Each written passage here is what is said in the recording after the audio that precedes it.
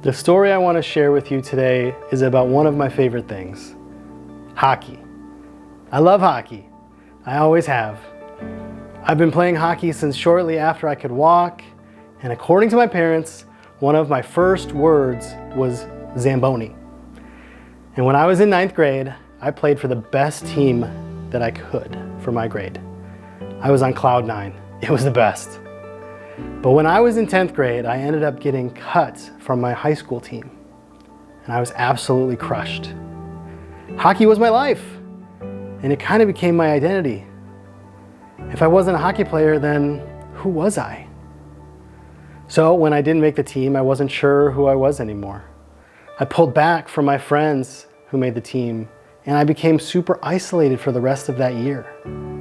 Maybe you've experienced something similar, or maybe you have a thing. You're the hockey player, or you're the dancer, or the trumpet player, or the gamer, or whatever. But what would happen if that thing were no longer an option for you? It's hard to turn to God in those moments. It's scary. We feel alone. But if we can lean into our faith, we might be able to discover more of who God made us to be. Because the truth is, you are much more than just one thing.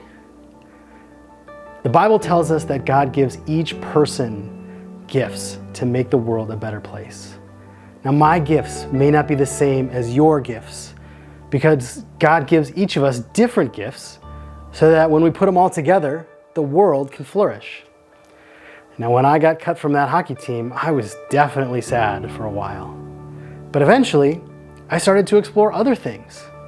I became involved at my church by mentoring kids and students younger than me.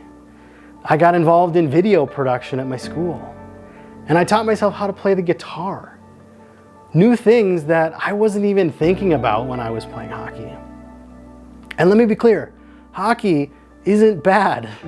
Like I said, it's still one of my favorite things. But getting cut in 10th grade introduced me to some new things, some new awesome things. So think about yourself in some new ways today. What are some things that you're naturally good at? Maybe it's listening. Maybe it's making people laugh. Maybe it's helping people feel included. Maybe it's something that you've been good at for a while, or maybe it's something that you're just discovering within yourself. Maybe it's a dozen things. If I were to leave you with one thing today, it would be, don't be afraid to explore new things, to sharpen old things, and to share those things with the world around you.